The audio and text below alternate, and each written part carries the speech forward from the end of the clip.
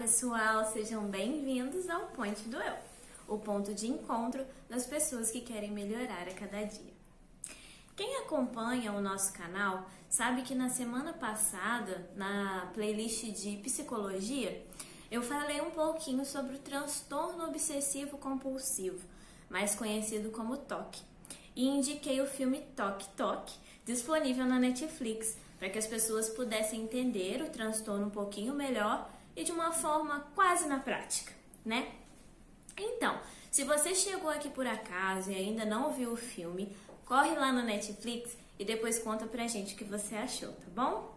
Pra quem já assistiu, continua ligado que as explicações vêm depois da vinheta. Alerta de spoiler, não alerta de spoiler. Ah, é? Alerta de spoiler!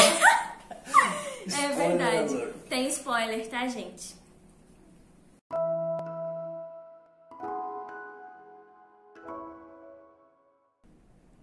Olá novamente.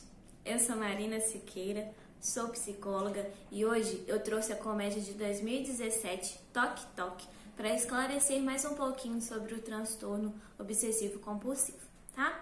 Dessa forma, eu vou começar falando dos tipos de toque apresentados no filme, ok? Bom, a primeira personagem a aparecer é a Blanca, né, a auxiliar de laboratório, e como vocês puderam observar, a dimensão do toque dela é voltada para a limpeza, né? Então, pelo que dá a entender no filme, ela tem obsessões, que são aquelas ideias, aqueles pensamentos e aquelas imagens invasivas que eu falei no vídeo passado, e os dela, as obsessões e as compulsões dela estão relacionadas a germes, bactérias e vírus. Convenientemente ou não, né? Ela trabalha em um laboratório e isso, inclusive, pode ter sido um gatilho para as crises mais fortes dela, tá? Outra coisa, ela carrega consigo lenços umedecidos, roupa extra por causa de alguma necessidade e até secador de cabelo e shampoo para poder lavar o cabelo caso algo aconteça. As suas roupas também são totalmente brancas, então provavelmente isso é para ela saber que se sujou, caso ela se suje. E ela também lava as mãos várias vezes desesperadamente. Vocês devem ter conseguido perceber o sofrimento que é e o ciclo infinito de limpeza no qual ela se coloca, porque ela tem as obsessões e em seguida a compulsão de se livrar dos germes, vírus, bactérias, e aí é compelida a limpar e desinfetar tudo ao seu redor, inclusive ela mesma. Bom, a segunda personagem é a Ana Maria e o seu toque é o de verificação. Ela aparenta ter alguns pensamentos ou obsessões, né, voltados aí para causar danos a si e aos outros, o que provavelmente levam ela a fazer o sinal da cruz, né, o tempo todo. Ela reza com frequência e toda vez que ela sai de casa, ela passa a mão no rosto de Jesus na cruz, né? Isso parece ser aí um ritual em busca de proteção, de segurança dela. Ela também relata ter pensamentos estranhos, pensamentos invasivos, que são as obsessões, e esses pensamentos fazem com que ela tenha rituais, tanto de verificação quanto o próprio sinal da cruz diante das ideias que ela considera aí pecaminosas ou mesmo danosas, tá? E outra coisa também, vocês se lembram dela comentando sobre o prejuízo social das obsessões e das compulsões dela? Ela chega sempre atrasada, né? Porque ela fica verificando a casa o tempo todo, várias vezes, como se ela estivesse em busca de algo que está fora do lugar ou de um gás que está aberto, algo assim. E isso acaba fazendo com que ninguém convide ela para as coisas, para passear ou mesmo tomar um chocolate, né? Como ela fala no filme. Bom, o terceiro personagem é o Emílio. Ele é taxista e tem aritmomania, ou seja, ele faz contas o tempo todo. Logo na primeira cena dele, a gente já vê ele fazendo várias contas sobre espermatozoide, caminhonete, número de placa, número de ônibus, enfim, várias coisas que eu nem consegui anotar tudo, de tanta coisa que ele fazia. E quando ele chega ao consultório, então, aí que a gente vê o quão difícil deve ser lidar com esse toque. Porque quando a secretária diz para ele que ele errou a conta sobre os degraus, nossa, ele tem a compulsão de voltar e fazer o trajeto todo outra vez para confirmar se ele acertou ou não, né? Além disso, ele também é acumulador, como vocês perceberam, seu casamento está quase acabando por causa disso. E vocês puderam ver que o que ele acumula são coisas desnecessárias, né? Bilhete de loteria, cadeira, bolsa de plástico, coisas que ele nem usa, né? Mas que ele crê que poderá precisar algum dia. Depois a gente tem também a Liliana, que é a professora de educação física, e com ela fica um pouco difícil perceber o prejuízo social, né, do toque, porque ela é considerada a melhor professora da academia. Porém, ela comenta numa determinada cena que ela se isolou do mundo, né? Assim como os outros personagens também. Até porque, gente, deve ser muito difícil conviver em sociedade, já que ela repete as frases e às vezes até mesmo as últimas sílabas das palavras. E isso acontece desde que o pai dela morreu e ela acaba parecendo um eco, né? A gente não percebe muito as obsessões dela, assim, muito claramente, né? Somente as compulsões, já que ela não consegue se controlar e tem sempre o impulso de repetir as frases e as sílabas. Mas, enfim. Já o último personagem, ele é o Otto, né? Que é desenhista.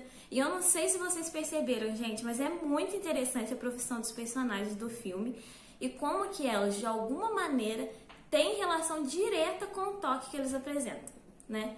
O filme tem algumas coisas nas entrelinhas que são bem legais de perceber. Mas enfim, o Otto, ele não pisa nas linhas, né? E vocês devem ter visto também como que é sofrido e como que causa prejuízos sociais, porque ele não consegue deixar qualquer coisa fora do lugar.